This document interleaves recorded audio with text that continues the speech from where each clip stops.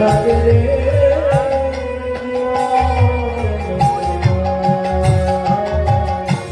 কোথায় রে ভাই, কোথায় রে ভাই প্রাণের কানাই, আমার দেখা দে রে ভাই, কোথায় রে ভাই প্রাণের কানাই, দেখা দে রে ভাই।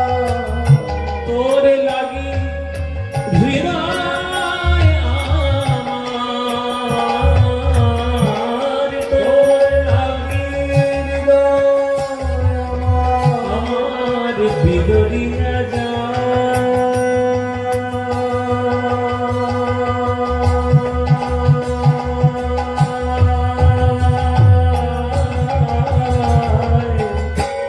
দেখা দে রে ভাই, ওরে কোথায় রে ভাই প্রাণের কানাই, দেখা দে রে ভাই। রায় ওর হরি কোথায় রে ভাই প্রাণের কানাই, দেখা দে রে ভাই।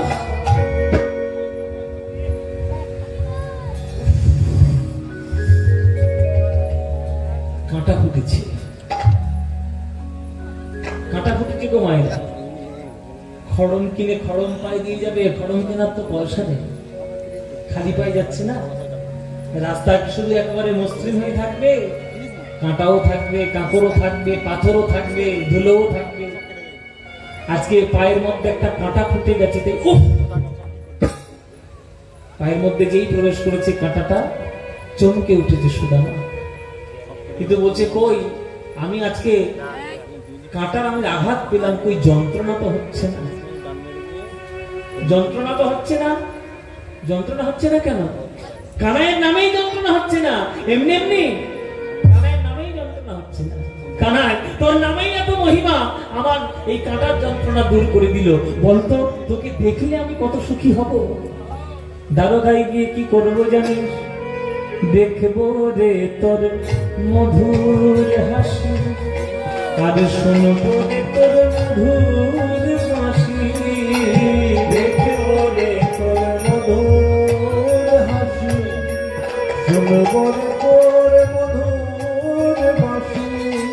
তাই তো আমি দ্বারকায় আসি, আমার জীবন কানা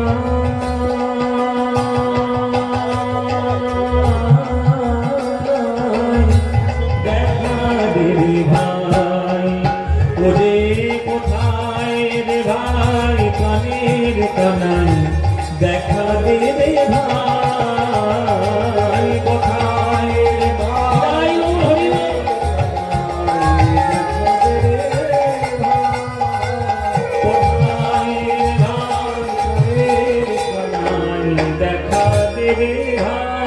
কানাই রে কানাই রে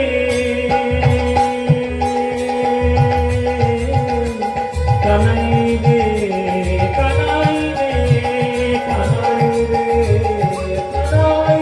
রে কানাই রে কোথায় রে ভাই প্রাণের কানাই, দেখা দে রে ভাই, কোথায় রে ভাই প্রাণের কানাই, দেখা দে রে ভাই। কানাই কানাই বলতে বলতে আজ রাজ সিংহাসন দ্বারকার মধ্যে যেই প্রবেশ করতে যাবে আজ সুদামা, ওই রাজ প্রহরীরা দারোয়ান এসে গলা ধাক্কা দিয়ে বার করে দিল।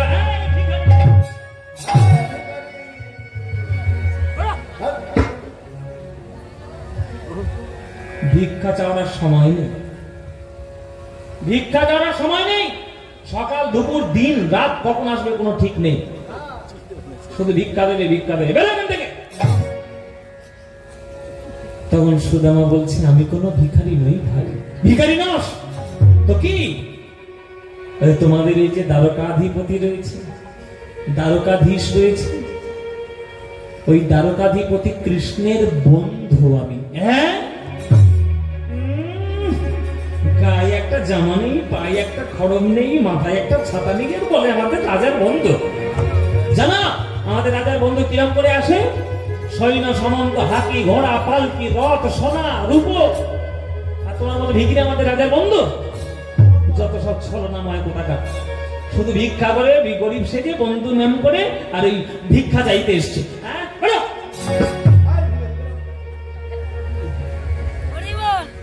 এটা আমরাও করি মায়েরা, কিছু মনে করবে না।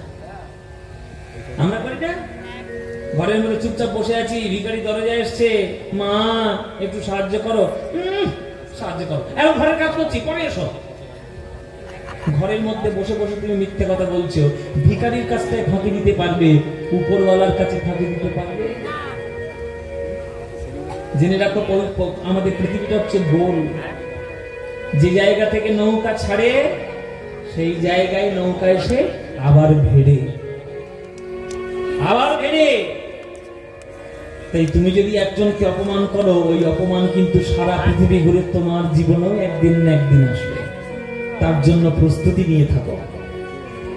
আজকের দাঁড়িরা সুদামাকে ভিখারি ভেবে, রাজার বন্ধু হতে পারে না ভেবে তাকে গলা ধাক্কা দিয়ে বার করে দিচ্ছে।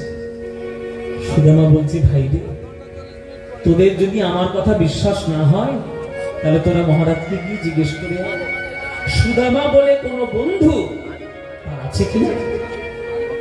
বলছে ঠিক আছে, জিজ্ঞেস করে আসছে। এই বলে সুদামা বলে কোন বন্ধু আছে কিনা জিজ্ঞেস করার জন্য একটা প্রহরী কৃষ্ণের অন্তঃপুরে গিয়ে প্রবেশ করল। কৃষ্ণের অন্তঃপুরে গিয়ে প্রবেশ করলো, যেখানে কৃষ্ণ, রুক্মিণী, সত্যভামা, জাম্ববতী, ওই অষ্টমহিষী, আটটা প্রধান রানী, তাদের সবাইকে নিয়ে যেখানে সেবার মধ্যে ব্যস্ত রয়েছেন, সেইখানে গিয়ে ওই প্রহরীটা হাজির হলো। দ্বারকাধীপতি মহারাজ কৃষ্ণচন্দ্র কি, দ্বারকাধীপতি মহারাজ কৃষ্ণচন্দ্র কি, দ্বারকাধীপতি মহারাজ কৃষ্ণচন্দ্র কি। কি ব্যাপার প্রহরী, এইখানে এসছো কেন? তোমার তো দরজায় দ্বার রক্ষা করা কর্তব্য। আর বলবেন না মহারাজ, ভিখারির জ্বালায় জ্বালায় একবার উৎপাতে পাগল হয়ে গেলাম। বলে কেন এত ভিখারি? বলে হ্যাঁ, একটা ভিখারি আপনার বন্ধু বলে পরিচয় দিয়ে সে তো হুড়হুড় করে ঘরের মধ্যে ঢুকে আসছে, আমরা কোনো মতে তাকে গিয়ে আটকেছি। হ্যাঁ, সেই ভিখারিটাকে আমরা আটকেছি। কি আর করবো বলুন মহারাজ, আপনার এত দয়ার শরীর যে আপনি সবাইকে দান দেন করে দেন, এই জন্যই তো ভিখারির উৎপাত। আমার বন্ধু বলে পরিচয় দিয়েছি। হ্যাঁ, বন্ধু তো বললো। নাম কিছু বলেছে? নাম সব বললো, নামটা হ্যাঁ কি নাম ধরো? হ্যাঁ হ্যাঁ, সুদামা। সুদামা কে বললে? কে এসছে বললে? সুদামা। সুদামা এসছে? আরে সরো সরো সরো, আরে আমার প্রাণের সুদামা। স্বর্ণ সিংহাসনে কৃষ্ণ আছিল বসিয়া, স্বর্ণ সিংহাসনে কৃষ্ণ আছিল বসিয়া, স্বর্ণ সিংহাসনে কৃষ্ণ আছিল বসিয়া। আরে ধাইয়া চলিল হরি সুদামা শুনিয়া বিদায়।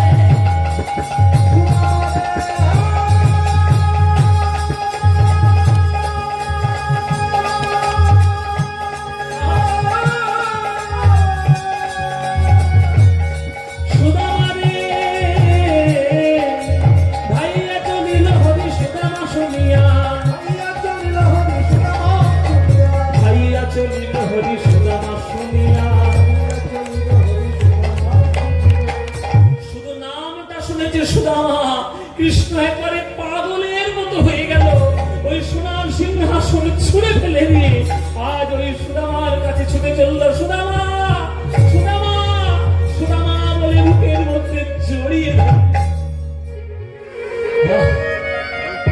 মুখটা ঠান্ডা হলো। সুদামা সুদামা এত বছর পর আমার কাছে মনে পড়েছে তো, ভাই বুকের মধ্যে বুকটা যে আমার খা খা করছে রে সুদামা। রাজনীতি করতে করতে কৃষ্ণের শরীরটা মরুভূমির মতো হয়ে গেছে। তোর মতো ব্রাহ্মণ বন্ধুর সংস্পর্শে জীবনটিকে আরেকটু করে বুকের মধ্যে জড়িয়ে ধরল বাবারা, বুকের মধ্যে জড়িয়ে ধরল কৃষ্ণ। আর এইবার সেই দুটো দাড়ি যারা ঘাট ধাক্কা দিয়ে বার করে দিয়েছিল সুদামাকে, তাদের বুকের ভিতর ঢিপ ঢিপ করছে।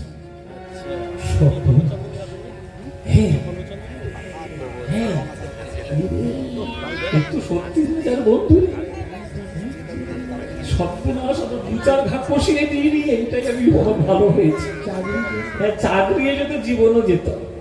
যেই দেখেছে কৃষ্ণ এসে বুকের মধ্যে জড়িয়ে ধরেছে, ওই দুটো প্রহরী আর থাকতে না পেরে ধরাম করে গিয়ে চরণে পড়েছে। ঠাকুরমশাই কিছু মনে করবেন না, বড্ড দুর্ব্যবহার করে ফেলেছি, বড্ড দুর্ব্যবহার করে ফেলেছি। আসলে আমরা যেমন দেখে অভ্যেস আর কি, ওই রাজার বন্ধু বলে কথা, ওই সোনা দানা পালকি ঘোড়া হাতি না দেখলে আমাদের মনেই হয় না যে রাজার বন্ধু। আপনি যে রাজার বন্ধু হতে পারেন, দুর্ব্যবহার করেছি, কিছু বলবেন না যেন মহারাজের কাছে, বললেই আমাদের বদনাম হয়ে যাবে, চাকরি হয়ে যাবে, সব শেষ। সুদামা বলছে তোমাদের ভয়ের কোনো কারণ নেই, তোমরা যা করেছ ঠিক করেছ, এটাই তো প্রহরীদের কর্তব্য। তোমরা তোমাদের কর্তব্য করেছ যাতে তোমাদের মহারাজকে কেউ বিরক্ত করতে না পারে, মহারাজকে রক্ষা করাই তো তোমাদের কর্তব্য। যা করেছ ঠিক করেছ, এইবার আমার কর্তব্যটা পালন করতে দাও, আমার বন্ধুর সঙ্গে আমাকে একটু যেতে দাও। হ্যাঁ হ্যাঁ নিশ্চয়ই যা, নিশ্চয়ই যা, যা। অমনি বন্ধুর সঙ্গে চলে যেতে লাগলো, অমনি বন্ধুর সঙ্গে চলে যেতে। সুদামা, এই দরজার মধ্যে বসে বসে গল্প করবি? আর তোকে আমি নিয়ে রাজপ্রাসাদের মধ্যে যাই। আজ তুই হলি আমার অতিথি, আজ তুই হলি আমার নারায়ণ, আজ সুদামাকে নিয়ে চলেছে আমার ভগবান কৃষ্ণ। একটা রাজার বাড়িতে গেলে যে সম্মান সে প্রত্যাশা পাবে, তার 1000 গুণ সম্মান দিয়ে আজ সুদামাকে নিয়ে যাচ্ছে কৃষ্ণ। নিজের আঁচল দিয়ে যে রাস্তাটা দিয়ে সুদামা যাবে, সেই রাস্তাটা নিজে পরিষ্কার করতে করতে যাচ্ছে, পরিষ্কার করতে করতে যাচ্ছে। উপর থেকে পদ্ম ফুলের পাপড়ি উড়ে পড়ছে, উপর থেকে গোলাপ ফুলের পাপড়ি ঝরে ঝরে পড়ছে, রজনীগন্ধা ফুলের পাপড়ি ঝরে পড়ছে। রাজার মতো সম্মান দিয়ে আজ সুদামাকে নিয়ে কৃষ্ণ চলে গেলেন অন্তঃপুরে, সিংহাসনের উপর বসিয়ে দিলেন। সিংহাসনের উপর বসিয়ে দিয়েছে আমার সুদামাকে। যে কোনোদিন সোনার সিংহাসনে বসেনি, আর যে কোনোদিন ওই পর্ণকুটির ঘর ছাড়া থাকেনি, তাকে যদি হঠাৎ করে রাজ সিংহাসনে বসিয়ে দেন, সে কি রাজার মতো বসবে বাবা? সে তো ভিখারির মতো ওই করজোরে একবার উবুসুবু হয়ে বসবে, জড়সড় হয়ে বসবে। তো সুদামা সিংহাসনে বসেছে বটে, তুমি ভয়ে বসে বলি বাবা এখানে আমাকে কোথায় বসিয়ে দিল, এইদিকে আমার বসার জায়গায় তো রাজার চাই, আমাকে কেন বসানো? নানান ধরনের কথা মনে মনে ভাবছে। তখন কৃষ্ণ বুঝতে পেরে, তখন কৃষ্ণ সুদামাকে ধমক দিচ্ছে, এই সুদামা বললাম জড়সড় হয়ে বসলি কেন? রাজার মতো বস, রাজার মতো। আজ তুই হলি আমাদের রাজা, আর আমরা সবাই হলাম তোর প্রজা। ভালো করে বস, রক্ষী নেই, চলে যাও। সোনার ঘটিতে করে দুধ নিয়ে এসো। সত্যভামা চলে যাও, সোনার ঘটিতে করে গঙ্গা জল নিয়ে এসো। এই দাসদাসীরা তোমরা যাও, বড় সোনার থালাটা নিয়ে আসবে, যেখানে রত্ন আর হিরে মণি মুক্ত দিয়ে বাঁধানো, ওই থালাটা নিয়ে আসো। সুযোগ যখন পেয়েছি অতিথি সৎকার করতে আমি ছাড়বো না, আমার বন্ধুর চরণ ধুইতে আজ আমি ভুলব না। সোনার সিংহাসনে বসিয়েছেন সুদামাকে, ওই স্বর্ণ থালায় দিলেন, ওই সুদামার চরণটা দেখেছেন। প্রথমে গঙ্গা জল দিয়ে ধুইয়ে দিল তার চরণ, তারপরে দুগ্ধ দিয়ে ধুইয়ে দিল তার চরণ। যে ভগবান বিশ্ব ব্রহ্মাণ্ডের মালিক, যার চরণে পাওয়ার জন্য ঋষি মুনিরা জঙ্গলে সাধনা করে, সেই ভগবান আজ সুদামার চরণ দুটি ধরে ধরে চরণ ধুইয়ে দিচ্ছে। আপন স্বহস্তে সুদামা চরণ ধোয়াইল, আপন স্বহস্তে সুদামা চরণ ধোয়াইল,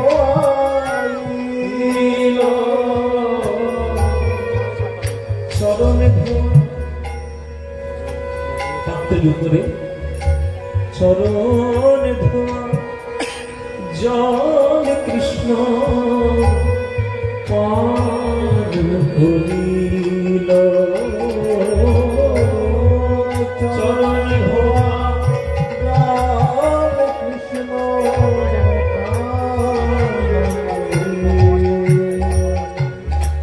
এই যে ভক্ত,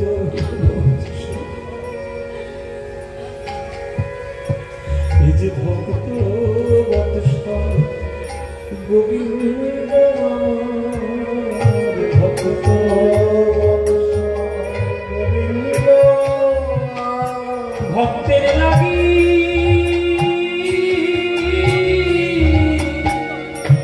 অবতীর্ণ, ভক্ত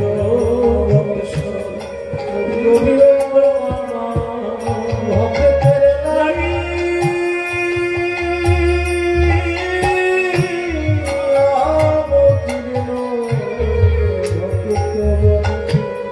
গোবিন্দ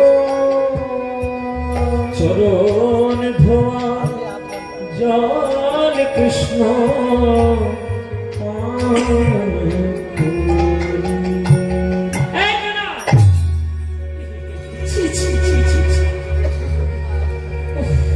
নরকে ডুবিয়েই ছাড়ি। আমি তো বন্ধু না, বন্ধুর পা ধোয়া জল কেউ খায়? বন্ধুর পা ধোয়া জল কেউ পান করে? কৃষ্ণ বলছে চুপ, এতদিন তুই আমার বন্ধু ছিলিস, আজকের বন্ধু নস, আজকে আমার অতিথি নারায়ণ রূপে এসেছিস, অতিথি নারায়ণ রূপে এসেছিস। আজকে তোর চরণ সেবা করলে শুধু আমি নয়, আমার পরিবারটাই উদ্ধার হয়ে যাবে। শোন রে সুদামা, আমি এখন রাজনীতি করি, দিবারাত্র মিথ্যে কথা বলি। তুই হলিস বেদ পাঠ করা ব্রাহ্মণ, সত্য কথা না বললে তার জিহ্বায় বেদ মন্ত্র উচ্চারণ হয় না। তোর মতো ব্রাহ্মণের চরণ সেবা করলে তবেই না আমার পরিবারের কল্যাণ হবে। আয় আয়, তোকে আমার খাটে শুইয়ে দিল, একটু চরণ সেবা করি। যে খাটে গোবিন্দ বিশ্রাম করে, সেই খাটে সুদামাকে রেখে দিলেন। আর সুদামার চরণটা বুকের কাছে, খুব লেগেছে না রে? খালি তাই এসছিস, ব্যথা লেগেছে?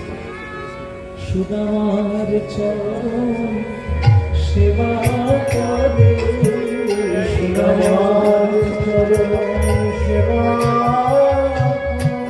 ওই জগৎপতি গোবিন্দ আমার সুদামার চরণ সেবা করে, জগৎপতি গোবিন্দ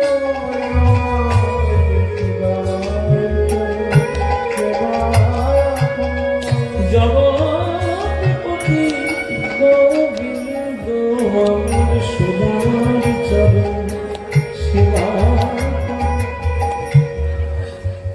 বুকের কাছে চরণটা নিয়ে এসে সেবা করছে। এ সুদামা, এ সুদামা,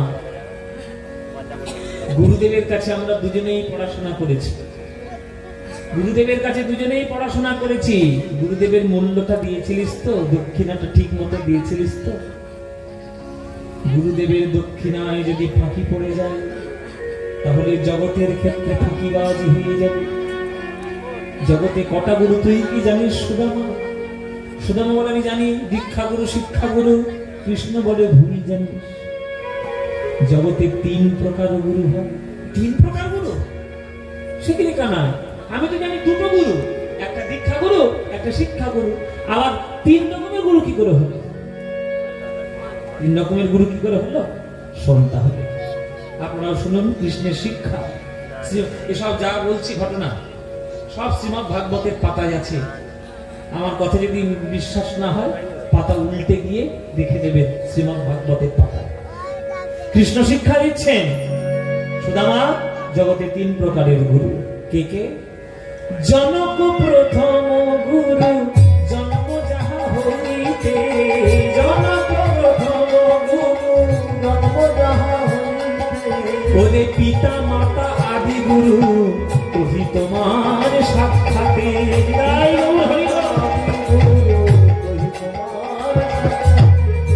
জগতে প্রথম গুরু হলো বাবা মা। বাবা মার থেকে বড় গুরু কেউ নয়।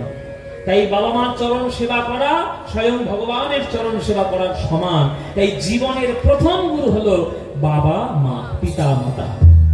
2 নম্বর দ্বিতীয় গুরু দীক্ষা গুরু, শিক্ষা গুরু রূপে বৈষ্ণব ব্রাহ্মণ। দীক্ষা গুরু, শিক্ষা গুরু রূপে বৈষ্ণব ব্রাহ্মণ। দ্বিতীয় প্রকার গুরু এই করিলাম বর্ণন। দ্বিতীয় প্রকার গুরু যার কাছে দীক্ষা নিয়েছো আর যাকে শিক্ষা গ্রহণ করেছো তারাই হলো জীবনের দ্বিতীয় প্রকার গুরু। আর তৃতীয় কে? তৃতীয় যারা পড়াশোনা শেখে না, যারা বেদ পাঠ করে না। অনেক লোক রয়েছে কিন্তু তারা কখনো অসৎ পথে চলে না। তাহলে তাদেরকে সৎ পথে চালানোর শিক্ষা দিল কে? গুরু রূপে স্বয়ং অন্তর্যামী ভগবান হৃদয়ের মধ্যে থেকে তবেই তাকে সৎ পথে চলার প্রদর্শন পথটা দেখিয়ে দেয়। তাই তৃতীয়তে অন্তর্যামী রূপে ভগবান, তৃতীয়তে অন্তর্যামী রূপে ভগবান। তৃতীয় প্রকার গুরু করিলাম আখ্যান। তৃতীয় প্রকার গুরু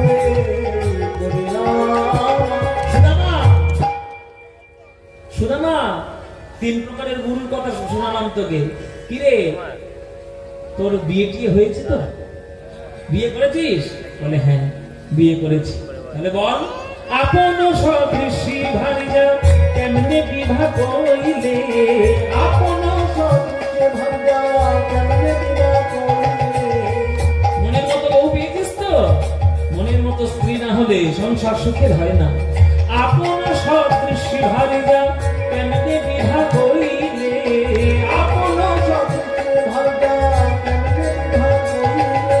বলো বলো সুদামা হেথা কেমনে আইলে? বলো বলো সুদামা হেথা কেমনে আইলে? বলো কেমন করে আমার কাছে এলে? গুরুদেবের দীক্ষা, গুরুদেবের শিক্ষার কাছে ফাঁকি দাওনি তো? এই ভুলটা তো হবে না, এটা আমি জানতাম। আমি তোর বন্ধু, এতদিন তোর সঙ্গে মিশেছি, আমি জানবো না তুই কেমন ছেলে? গুরুদেবকে তুই ঠিক দক্ষিণা দিয়েছিস। ভুল যখন ওটাতে হয়নি, আর একটা জিনিসে ভুল হওয়া তোর উচিত নয়। কোন জিনিসে কানাই? এতদিন পরে আমার বাড়িতে এলি, ওরে সুদামা রে, কতদিন পর তোর বদন দেখছি। ওরে সুদামা রে, তুই আমার পরম প্রিয় বন্ধু হয়ে এতদিন পর আমায় দেখতে এলি। বল বল আমার জন্য উপহার কি নিয়ে এসেছিস? যেই বলেছি উপহারের কথা, অমনি সুদামা আঁচলটা দিয়ে এই কাঁধটা চাপা দিচ্ছে। কেননা কৃষ্ণ তার কাছে এসেছে। সে যে জগৎপতি, সে যে তারকাধীশ, সে যে তারকাধিপতি। তার মুখে কি করে সে সেই শুকনো চিড়ে তুলে দেবে? তাতে যদি আমার নরকবাস হয়, আমার তাও হোক, এর কখনো কোনো কষ্ট আমি সহ্য করব না। ভাই আমি কিচ্ছু নিয়ে আসিনি। কিচ্ছু নিয়ে আসিস নি? এত বছর পরে দেখতে কিচ্ছু নিয়ে আসিস নি?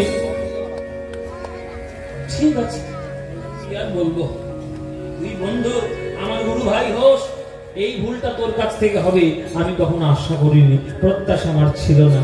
যাই হোক, কি আর হবে, যখন কিছু নিয়েই আসিস নি, তাহলে ওই উপহার স্বরূপ আমাকে একটু বুকের মধ্যে জড়িয়ে ধরতে কি সুদামা, একটু আলিঙ্গন, একটু কোলাকুলি করি।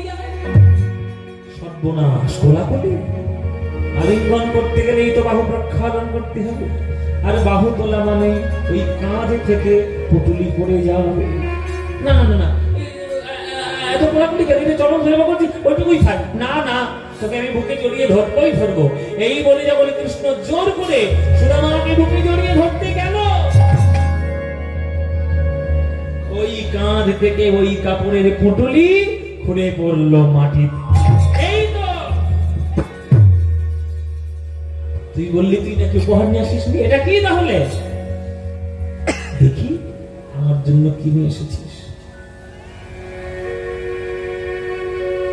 কৃষ্ণ খুললেন কাপড়ের পুটুলিটা,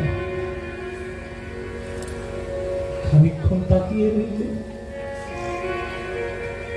কৃষ্ণের নয়নের কোণ থেকে বিন্দু বিন্দু আজ জল পড়ছে।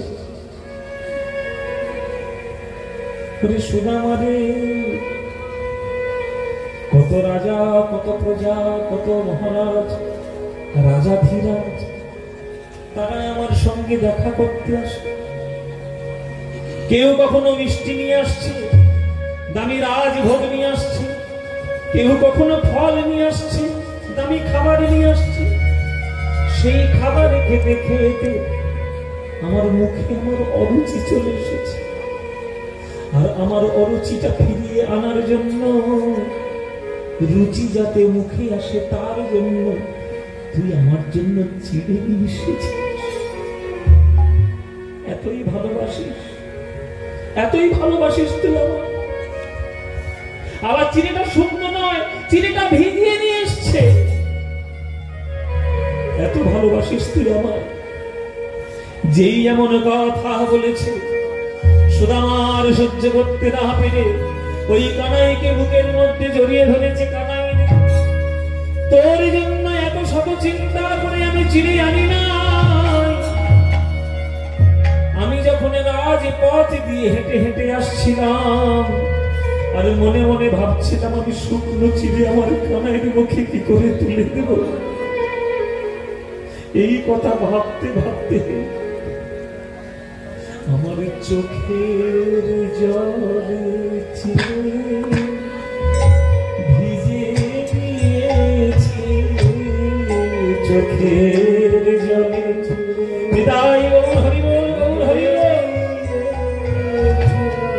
চোখের জলে চিড়ে ভিজে দিয়েছে, চোখের জলে চিড়ে ভিজে দিয়েছে।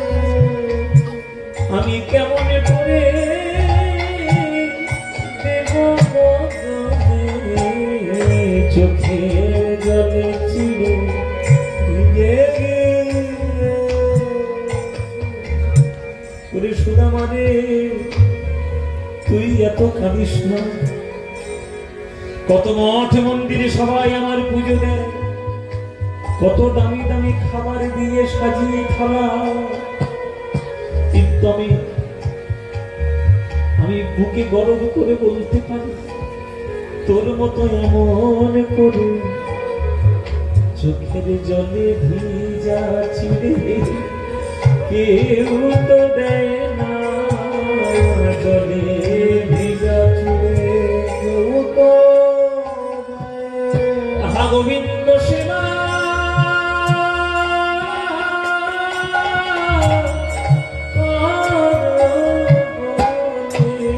চোখের জলে ভিজা চিড়ে কেউ তো দেয় না।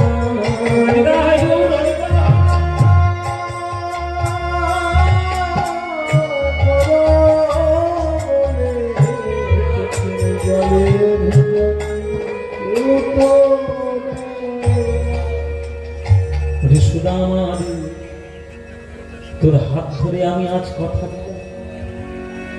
তোর এই নয়ন জলে ভিজানো চিরের প্রসাদ এমন অমৃতময় আমার কাছে নিয়ে এসেছিস।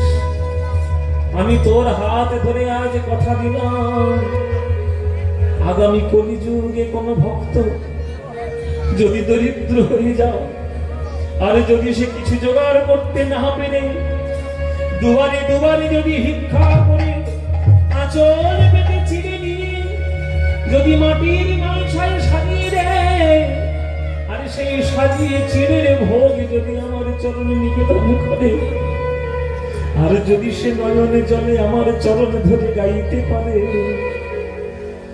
ভজপতি তুদ্ধারণ শ্রী গৌর হরি, ভজপতি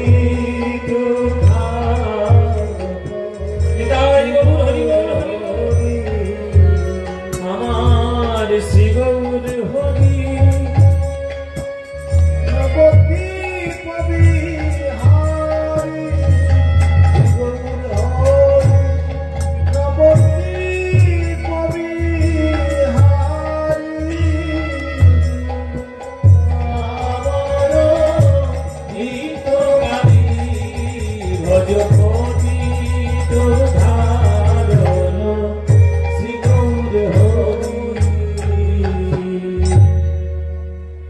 তাই এখনো পর্যন্ত কলিযুগে ভগবানের চরণে মাংস সাজিয়ে চিড়ের ভোগ হয় না?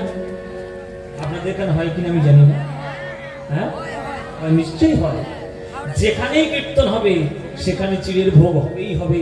এই চিড়ের ভোগ কার জন্য আমরা পেয়েছি? সুদামার জন্য আমরা পেয়েছি। ওই নয়ন জলে ভিজানো চিড়ের প্রসাদ, ওইটা পেয়ে গোবিন্দ ভুলতে পারেনি। আজ পর্যন্ত সেই চিড়ের প্রসাদ জগৎ মাঝে চলে আসছে। এই চিড়ের প্রসাদ গোবিন্দ এক মুঠো পেলেন, দ্বিতীয় মুঠো তুলতে যাবে, রুক্মিণী এসে হাত ধরেছে গোবিন্দের। দাঁড়াও স্বামী, তুমি শুধু খেতে হবে? তোমার এত বড় পরিবার আমরা পাবো না, আর তোমাকে পেতেই দেবো না, ওটা আমাদের লাগবে। রীতিমতো কেড়ে নিলেন হাত থেকে ওই রুক্মিণী চিড়ের পুটলিটা। এবার এক একটা কণা করে যেই মুখে সবাই দিচ্ছে, সবার হৃদয়ের মধ্যে প্রেমের প্রকাশ হচ্ছে, আর সবাই আনন্দে লাফাচ্ছে। আর সেইখানে এসে হাজির হলো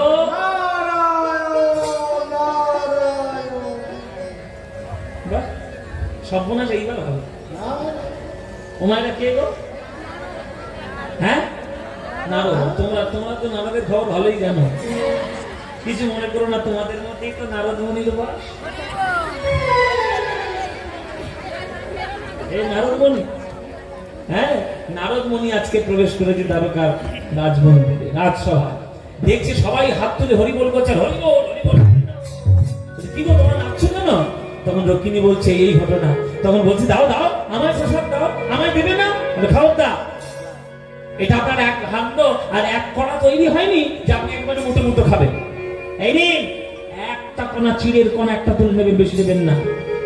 তখন নখ দিয়ে আঙুল দিয়ে নখ দিয়ে একটা চিড়ের কণা তুলে নিল নারদ মুনি, আর যেই সেইটা মুখের মধ্যে দিয়েছে,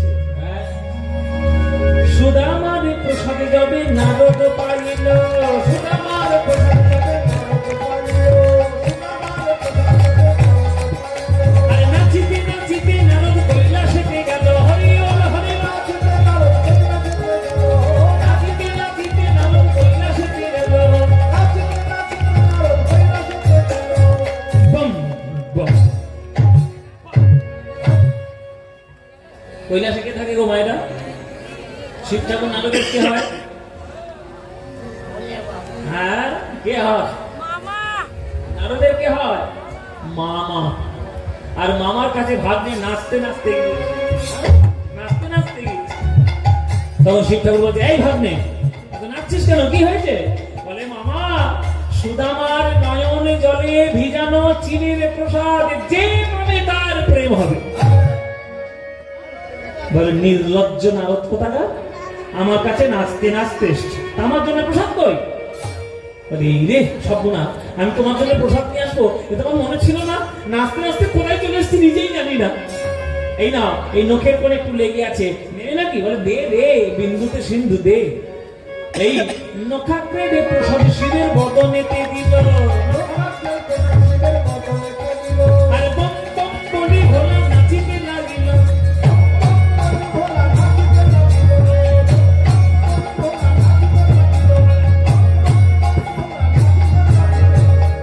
বম বম বলে নৃত্য শুরু করেছে। সেইখানে এবার হাজির হলো দুর্গা মা। দুর্গা মা বলে, আমার ঘরটা কি পাগলা গারো হয়েছে? পাগলা গারো নাকি? মাও নাচছে, ভাগ্নেও নাচছে।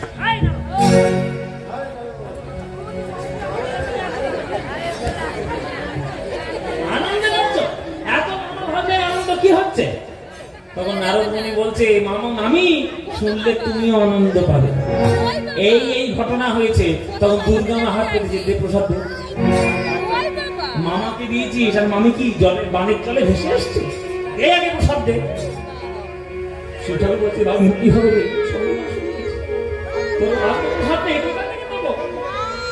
তখন বলছে, প্রসাদ তো আর নেই। দুর্গা মা গেলেন রেগে, কি প্রসাদ নেই? তোমরা আমায় প্রসাদ থেকে বঞ্চিত করলে, তোমরা আমায় প্রসাদ থেকে বঞ্চিত করতে পারো, কিন্তু ভগবানের প্রসাদে যাতে জগৎবাসী বঞ্চিত না হয়, তাই আমি পুরীর মন্দিরে বিমলা মাতা নাম ধরে জগন্নাথের মহাপ্রসাদে দাঁড়ে দাঁড়ে বিকাবো, দাঁড়ে দাঁড়ে বিকাবো, দাঁড়ে দাঁড়ে বিকাবো। হরি বল হরি বল। জগন্নাথের মহাপ্রসাদে দাঁড়ে দাঁড়ে বিকাবো, ওই জগন্নাথের মহাপ্রসাদে বিমলা নাম ধরে জগন্নাথের মহাপ্রসাদ হরি বল হরি বল।